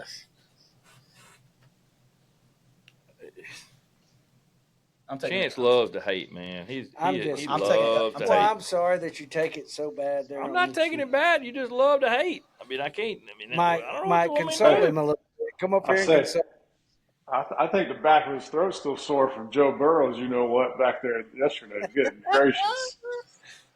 I mean, what else you gonna say? I mean, Listen, I pulled six. I pulled NFL records. I Think pulled about six. this. I pulled Season six he's having. guys today Peyton Manning, at the golf Aaron course. Rodgers, Tom Brady, Joe Burrow. Hey, I pulled That- 6 guys that's today at the pretty golf course. I said, you got one game this year. You want Josh Allen or Joe Burrow as your You QB? in And Florida. guess how many said Joe Burrow? You in Florida? None. 0. I mean, it's all good. None. 0. I'll take him. I mean, this John's guy. a I really mean, good guy. He's gonna John. like This what guy, he's doing. JD was throwing out stats yesterday like he was damn, Rain Man, and I just said, hey, I guess wins don't really matter in the NFL. Right. It is 2:30. Chance, you're right. Yeah. Oh, that's good. Where y'all watching the game, man? I don't know. Wherever I might you come want. up here and watch it. You want to come up here and watch it? Yeah, I mean, I got to just see what my son wants to do tomorrow. Bring There's him. a bunch of games. Yeah. I mean, Y'all playing on ESPN Ocho? What y'all playing on tomorrow? Yeah. They'll be on ESPN. Yep. Yep. Maybe on the 2:30. C. Maybe They'll on be on the C. Jefferson Pilot Sports Game of the Week, Mike. I used to love that stuff on Saturday. 12 p.m. 11 o'clock kick. So if LSU wins, is he wearing LSU gear? Like, do y'all have bets like that? Like, you got to wear. Well, we'll be LSU. doing a wheelbarrow bull. Oh, they want to fight. do it. They want to start doing it now that Florida actually won a fucking game. But No, but we'll do it for next they year. lost like We'll do 5 it or for 6, next 7. year. I already said what the winner and loser does next Yeah. year. I'm not getting in that damn bubble and let the bull run over me. I Y'all think get See my that? ass. I think the future is bright in Florida, though. That quarterback, Oh, I'm telling you, boy, You special. do. And them running Mhm. back. Special. We know it. And so does JD knows it too. Press conferences, we'll be all right. That was after a loss. He's good now. We had no problem in that 4-game win streak snapping those bottle Uh-uh. tops. We back, son. We I'm back. That's right. We're back. We're bowling. When he didn't play. No kidding. All right, No let's kidding. go through some of these real All right, quick. all Let right. me. Is I'll there a pull my record? Like, app up. what's y'all record with the pick'ems? Oh, they got a better Oh, record. wow. That's Yeah, for wow. sure. He's the emotional guy when he makes decisions, wow. right? He's Yeah. like, Oh, God. Here we go. Yeah. Oh, God. it's like LSU versus Detroit Lions. I like the Tigers. No, I I like don't. the Tigers. No, it's everybody against It the ain't- Tigers. And that finger starts waving. Ride it on the rock. Throw it to the pay window. Yeah, Step ride on the it the rock, gas. throw it. Well, you ain't been throwing many Step through on the the pay gas. window, has he, Mike? Step Come on on the now, gas. help me out here. Listen, I don't want to toot my horn, but I am the champ. I am the 50% champ. this year. Well, What are you betting right now, Mike? I'm right. I'm not a 65% clip, so I can't brag too much. You're 62. What are you? Bro, What are you we've already talked I'm about. 56. I was 56. Chance was 50. Okay. 52. But that's something all like right. that. I mean, it's all good. I'm still Mike has making had a money hell on of the a year. juice. Mike's had a hell of a year. He's had a good year. I'll give him that. All right, Baylor. And my numbers 84. would be even higher if I wouldn't always go with Navy because I wanted them to stay undefeated and somehow get in the playoffs. Right. So Right. Now, obviously, we know Baylor defense. Aranda, he was at LSU, so he's gonna be ready to go. He's gonna be excited to play against the Tigers. But I think I'm going with the Tigers. Who's the spread? Baylor favored by 3.5, over and under 60.5. Oh, yeah, I'll take LSU with points. Man, I don't know. I want to pick LSU, but I also know that they've got a lot of kids that are sitting out there. Both left tackles are gone to the NFL. Their left guard's out. You got Kyron Lacey sitting out. I mean, I didn't realize it's that. going to be sitting out? Lacey's sitting out. Give me got Baylor or give me a Death. couple of the kids on defense that are transferred. I mean, But the receiver core is solid. Like They are. The one thing you never worry about at LSU hang on now. is if a receiver is out because they got a bunch of receivers. So you got on Lacey and C.J. Daniels, your top two receivers. Daniels hit the portal. He's going to Miami, and then Lacey's sitting out to go to the draft. Didn't Anderson hit the you got- portal? No. too? Anderson ain't going nowhere. You got Anderson and you have the kid. Well, then you got to be from, all right. You got the kid from Zachary. Yeah. Hilton. Chris Hilton. Now, Hilton he can gonna take the stretch top the field. off of defense. I'm gonna stay with Y'all gonna see. with I got all LSU. three of them scoring on my parlay. I'm taking LSU and give me a touchdown by Durham, Anderson, and Hilton. Well, then I'm All going LSU too. I'm we wagging go. the finger, There we go. boys. I'm Step on finding the that gas. parlay. I need you in here more often because if I say finding that something, these parlay. two homers right here. Oh no! No, I was saying LSU because I was going to tell Chance, don't let the BU be you. You know what I'm saying? Don't, Yeah, don't let Brian Kelly BSU right here. yeah. All right. Let me find. Hang on, I done got off here. Well, you got Boise and Penn State on Wednesday night. All right, so tomorrow night we got number 11 Alabama 9-3 against Michigan 7-5. Alabama's a 14.5 point favorite, over and under 44.5. That's the ReliaQuest Bowl. Is Milroe playing? Oh yeah, Milroe's playing. Alabama's going to beat them by 20. Yeah. I'm going with Michigan on still riding high off the Ohio State game. I'm gonna take Michigan State. Lord. Michigan in the spread, but I'm gonna take Alabama to win. Yeah. And Oh wait, Michigan's playing Bama? yeah, Michigan's playing Bama. The over and under is 44.5, so they're thinking low scoring game. So Yeah. if it's a low scoring game, I'm gonna go. Where's I'm gonna where's the go game over. At? Where's the game at? Tampa. That's ReliaQuest, Tampa. Yeah. Raymond James Stadium. Right, Jay. I'm taking Alabama and Tampa. All right. Yeah. That's not bad, but I'm still taking Michigan. So we got 8-4 Louisville versus Boys gonna 6-6. cramp up in the first quarter. It's gonna be 75 degrees out there. They coming from 30 below. They gonna start sweating and be cramping up in the second quarter. Yeah. Heater turned up over there in the indoor practice facility. They got it cranked up. All right, 6-6 Washington, 8-4 Louisville. Louisville's a 1 point favorite, basically a pick 'em, which is crazy to me. I don't understand that. Over and under 49.5. Louisville must have some kids sitting out. It's the only thing I could think of because they had a pretty decent year. But the spread probably changed a little bit because the ACC has not won a bowl game yet. So I'm gonna go with UW just because my boy Jed Fish. He was at Florida when I was there. He was one of our offensive GAs. So I'm hoping he has a good way to finish the year up there. A little tough this year for him, but I'm going with UW. all right. I'm going with UW. Scotty Graham, that's my guy. I'm going with Louisville. Tony the Tiger Sun Bowl. So that's going to be in where's the Sun Bowl at? That's in Arizona. Arizona, yeah. Phoenix. Yeah. All right. Yeah. Winix. So we got the Cheez-It Citrus Bowl up next. Number 15, South Carolina 9-3. Number 20, Illinois 9-3.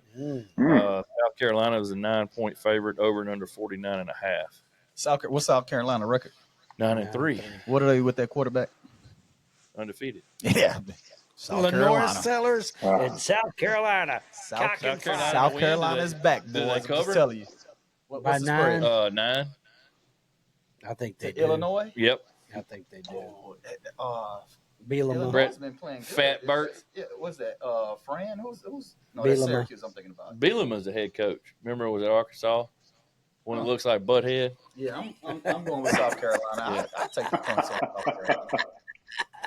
Yeah, I like South Where's Carolina the and game the gas. Where's the game at? So you got to Cheese think it. about. Cheez-It Citrus Bowl. So you got to think about these Orlando. teams from the No. north Yep. versus teams from the south, and where the game is being played. Whether there's a factor. Well, Illinois. most all the bowl games are in the South anyway. So Illinois is coming south, so kind of like South Carolina with that. Yeah, I like. And South Beamer Carolina. Ball, he's going to really be cranked up right now, trying to entice Yeah, kids.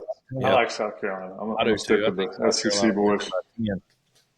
All right, we got number 6 Penn State 12-2, number 3 Boise State 12-1. Penn State's favored by 11.5, and this will be at the Fiesta Bowl in Arizona. Over I'm and going under. I'm going Penn State. My boy Tom Allen, DC at Penn State. He's going to have them locked and loaded. They're going to be ready. So I'm going Penn You State. guys just always just go power forward. Power forward, Oh, power forward, stop power that. forward.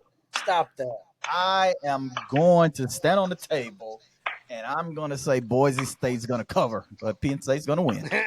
Well, I'm going to knock the Way to table. be- I'm going way to- Boise State all the way.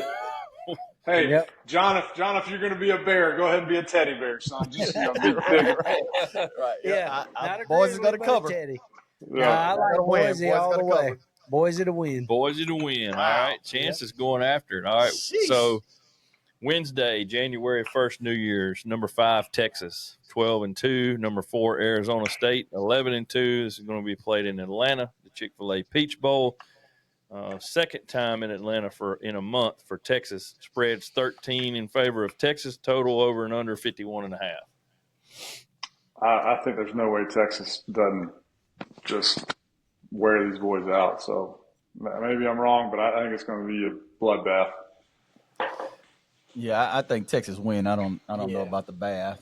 What's But the I running think- back from Scatterboo. Arizona? I'm going Scatterboo to cover. No, sir. Texas Hand all the way. him the rock. So I like that we dude. always talk about this. Well, not always, but since like I've been on the show forever. But we talk about who teams have lost to. Who has Arizona State lost to? Are you guys aware of that? I know they won the Pac-12. but 11-2. They lost to Texas Tech and they lost to Joey McGuire in Texas Tech. hang on, they lost to Texas Tech. Who else did they lose to? Wasn't Oklahoma State? It was who was it? Was it K-State? No. I don't know, but it was another It don't unranked matter. team. But It don't matter. I like Texas heavy on the gas. yeah, I know it was Texas And the Tech. wag the finger, baby. That's Let's right, go. man. Ride it on a rock. Ride it on a rock. Throw it through 15 the pay points is a lot in window. the playoffs, though. Yeah, It it is, is. but- That 13's a lot. Yeah. 51.5. I'm going to go Arizona State to cover, Texas to win. Scatterboo's not getting All right. off the blocks. I don't know. That dude's tough. He runs hard. Oh, they're going to be does, smacking him. Yeah, but Texas, their D right. line is That legit. D-line is Don't for smack real. Yeah. Number 8 Ohio State 11-2 in a rematch against number 1 Oregon 13-0. This is going to be played at the Rose Bowl, the granddaddy of them all. Ohio State favored by 2.5, over and under 55.5. I Come gotta on. get the parlay. Well, I have not My been son an got it. Oregon guy all year long. Not at all. Like, I'm serious. I don't like Dylan Gabriel at all. But here in Ohio State favored there, I don't get it. Give me Oregon. Yeah, I'm Oregon. taking Oregon. I think Lanning is the next. Yeah. I love know, that guy. He's either the next Saban or the next. Well, we won't have any Kirby. of that with portal Listen, and NIL. But Vegas knows something? Listen, They usually do. My thing about Oregon was they were always a finesse program. They Right. Yeah. always He's changed that attitude. Yeah. absolutely changed it. I didn't know it until I heard him speak and how he motivates the guys and his mindset. I'm just telling you, I'm on the train. I'm taking Oregon. Yeah, First time all year. I'm taking Oregon big on that one. I would take that one. They're covering. Yes. Man, what Ohio State did to Tennessee, and granted, I've said this, Tennessee shouldn't have been in the game. They made it, but Tennessee's young. They just, I don't know. Sorry, Locke, my bad. Ohio State running back coach, that's my guy. Sorry. I'm going with the Buckeyes. I think that the Buckeyes, Vegas knows something. It's a 2.5 point spread for Ohio State. I'm saying Ohio State wins by 3. They're gonna shut Gabriel down. Chance, we're almost all getting in the Honda, and your boy JV just wanted to go out. I'm not in the Honda. I'm not somebody writing this down? Oh, we got in the one accord. We're not in the one accord. Riverside. All right, last one. Playoff game. We got number 7 Notre Dame 12-1 versus number 2 Georgia. Best one right here. Number 2 Georgia 11-2. They're playing this at the All-State Sugar Bowl in the Mercedes-Benz Superdome. UGA is a 1-point favorite. The over and under is 45.5. Listen, before we start this, though, this is the Road Tag Portable Toilets pick of the week. So you got to get this one right. All right. I'm going with Kirby and the Dogs there. I think they're 3-0 all-time versus Notre Dame. I don't see it changing. I think Kirby is the big game coach that you want when it matters the most. So I know they got the QB thing. I know everything that's kind of going against them. But I'm going – I mean, the kid came in and played well versus Texas. So if anything, it's not like he's not going to be overwhelmed, I don't believe. And I think he's been getting all the first-team snaps, so that makes a big difference. So I think Georgia's going to continue to roll. They're going to lean heavy on the D, and they're going to run the ball. And I think they match up well because we all know that Notre Dame, they ain't going to get on any track meet with anybody. So that kind of plays into what I think is Georgia's strength. So I think even though they're down, and we've talked about Beck a lot throughout this year. I mean, he wasn't playing all-world really to begin with. So I really think this is going to be a good game, and I think Georgia pulls it out. All right, JD. I'm going with the Fighting Irish. I think Freeman's got them ready. I've seen Georgia a few times against teams that run the ball, that have a good running quarterback. They should have. I mean, Georgia Tech took them to the wire, and you saw Georgia Tech get hammered by Vandy. I mean, let's be real. If you've got a team that's true, that's a rivalry game. I'll give you that. But if you just like Kirby and Carson Beck threw 17 interceptions in that game. He threw quite a few. Carson Beck into bad decisions. Hey, mark my word, the kid he transfers to Miami. Watch what I'm telling you. Carson Beck's fit to hit the portal. I'm telling you. No, I thought he declared for the draft. No, I don't think so. I'm pretty sure he already declared for the draft. He did declare. Did he declare? Okay. After the surgery. Right. So JD owes us another $50. That's enough. JD's like the gift that keeps on giving. I'm going Notre Dame. Let's go. Give me that little. Uh-oh. I'm not finger shaking. Finger shaking. Give me that shillelagh, and I'm gonna beat the hell out of that bulldog that they got. Give me Notre Dame to rock their world. Yes, sir. Dude. Now all the chips are pushed to the middle now for John's pick. Well, this is what I think about this one. All right, the head coach at Notre Dame is an offensive guy, defensive guy. Defensive head coach. This is his moment. You're playing against a first-time starter. If the defensive head coach is not in there and sending all types of pressure at this kid, I would be shocked and surprised. And the run game at Notre Dame. Like I said, I think the running back coach does a really good job, but the offensive coordinator does a really good job. Oh, he does. I expect them to run the ball down Georgia's throat. 200 yards rushing, and they get the dub. Man. Kirby. And they get the dub. 200, Kirby. Look, Let's go. I can't wait for you three to just be. I'm gonna be sending all kind. Make sure you put John on the text. I'm in the group text. I'm gonna wear y'all's Wear that green shirt next week, Mike. Yeah. I'm gonna wear y'all's asses out when this is I gonna be cannot just. believe Mr. Grinch. the only man on here that had a rivalry with Georgia, and then you pick Uga. I mean, I get it. Listen, You think I'm the get it. same guy who said I'm going to pull for Georgia in the SEC championship game because I want the traditional guys to win the SEC. They did. I can't believe you three guys, as much football as you know, well, at least John and Chance and JD claim to know. I know John knows football. I mean, Kirby, listen, how are you going to pick against Kirby? I mean, go ask LSU. Go ask It's Freeman's time. It's the Freeman's quarterback. time. It's the Exactly. quarterback, and I think I Freeman's going to like have how those guys. Notre Dame's built too. Now Northern Illinois beat them, but I like how Hey, they're this is built. the great underdog story for Notre Dame. This is going to be the second best story after Rudy for these guys right here. All right? They're the underdogs for Georgia. Everybody knows it. This is their one shot. They're going to be fired up and ready to go. I'm just telling you, I'm taking Notre Dame. Y'all have seen Kirby's speeches and locker room rants, have you not? I mean, that guy gets kids running through a brick wall. Not So worried about Kirby. I'm not worried about Kirby We either. still got ETN in the backfield. Yeah, he'll quit. He loves to quit. He'll lay down. He loves to lay down, claim he's hurt. Hey, quiet down, Brian Kelly. Just go get you some more fake accents and some put some lifts in your heels. Yeah. Well, Mike hates Brian Kelly. Mike knows he's 600 miles away where me and John David can't reach out and tap his big ass is what That's it is. what it is. I was wearing JD out yesterday. He's getting so mad. I could just see There's him. nothing. The only And thing you know what? Mike takes are his knees. That's it. Yeah. You know what was mad? JD was mad because I was typing faster than he could because he couldn't get any responses out. Hell, I was giving my kid a bath and you were hitting me. Yeah. Gave it right back. Wearing them out. So before we go, I wanted to ask John, because I know you were involved in it. What was it like to witness Troy Edwards at Nebraska in that game him and Tim Rattay had? Like, what was that like? I mean, I watched it on TV, and I know people can't really describe it, but, you know, being there, man, what was it like? Yeah, I talked about that probably at my son's senior signing day. They asked me about Troy.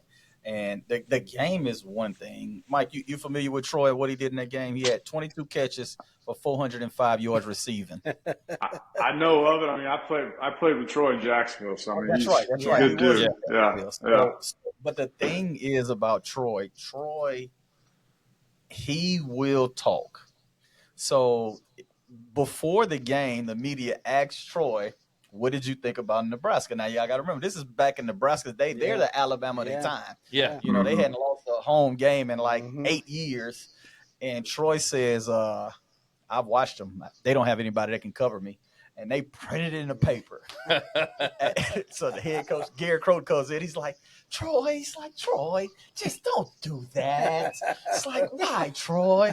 Troy's like, hey, you ask me a question, I'm going to tell you the truth. Like, they ain't got nobody that can cover me. So they show it to Nebraska. Nebraska's like, all right, well, we're going to see. So I'm standing in the flats, running the flat route all day, just over there waving. I'm like, Timmy. Like, Timmy's like, like, where's Troy at? Fake, Troy. Like, so Troy had, 22 catches, but he dropped 2 80-yarders. Yes, like, he did. They hit him like in the hands. It's like, but he was on a mission. So it's all I know after that game. We all flew on commercial. Troy flew back private, you know, after that game. So I don't remember Troy being on the plane with us any games after that, you know. That's so crazy. life was NIL began shortly after that. Imagine NIL. Troy Edwards NIL after that game? Yeah, like, what would he get? Wow. We talked about that. Like, for one, his son's in the portal right now, so he's probably about to get a nice little coin. But Troy Edwards, golly, I mean, he's probably a $2 million. He won the Biletnikoff. Yeah. Right. Yeah. He's easily a $2 million guy because not only, but people don't know Troy went both ways as well. It's one of those years when I was there, he played offense and defense. He had like 2 interceptions, but Troy was he's a freak of nature. Yeah. I mean, and then he was a punt returner. I mean, he's not a big dude. He can move. He had that shake. He could just. He's 5'10", but he had a 40-inch vertical, and he can go from 0 to 100 in like 4 steps. Like, I'll see him catch the ball, and a guy's coming, and he just puts his head down, and it's just like, like digging to the ground, and then it's like it's over. He's 5 yards past him. Like, where did he go? Yeah, he's a special. So I know Mike had told us this before, that he had asked kind of what his NIL evaluation would be for, being somebody like number one left tackle in the country. And I think Mike had told us it was like $2 million is what they told him. Have you asked anybody what yours would be? Well, that's at Florida. Was that at Florida? Yeah, No, Florida. I just asked him, buddy, who's still coaching. Florida, Oregon, Texas A&M. Yeah. You would probably. Yeah, he would have definitely been $1 million, well over $1 million a year guy. Yeah. A year. Yeah. Y'all wouldn't have been living in the Pink Palace, would you? No. We'd have been right there on that corner suite on University and Gail Limerick, just right there. Yeah. So we talked about it because my freshman year. So if you watch that game, it was Troy Edwards and the rest of us was freshmen. Mm-hmm. So my freshman year, we all had. I think I had 50 catches as a freshman, and I played running back and receiver. I was a true hybrid. So, I mean, all of us as freshmen with those stats as a freshman, and then we played in the SEC. So people don't know that. When I was at Louisiana Tech, we were independent, Mike. So we played Texas A&M.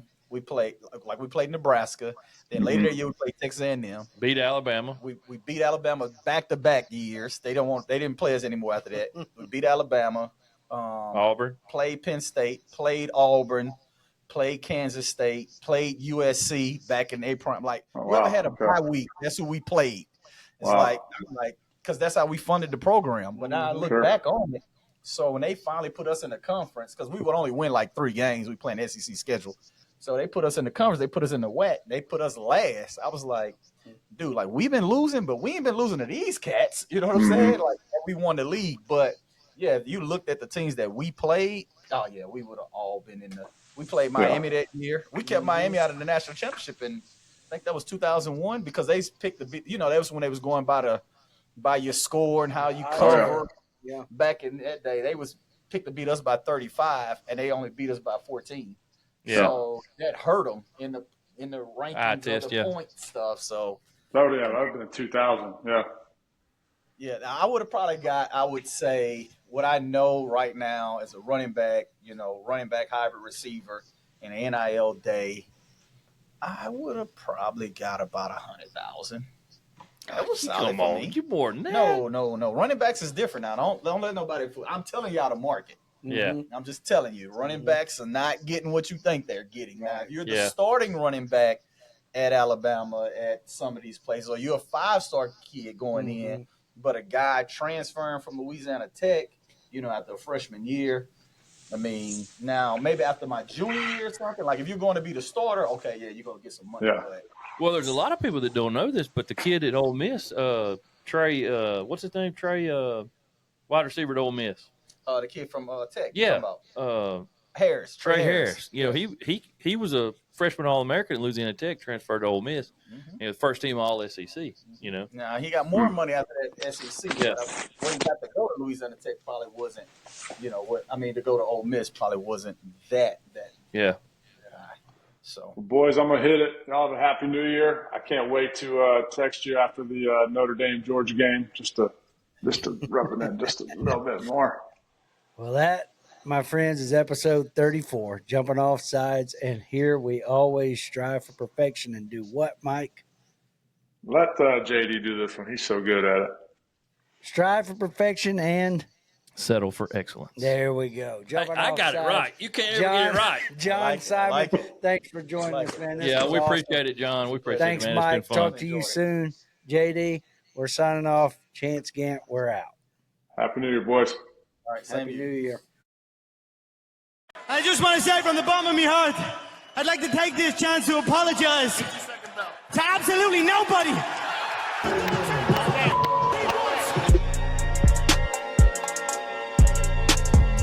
Oh, Great American Pillow Fight coming at you.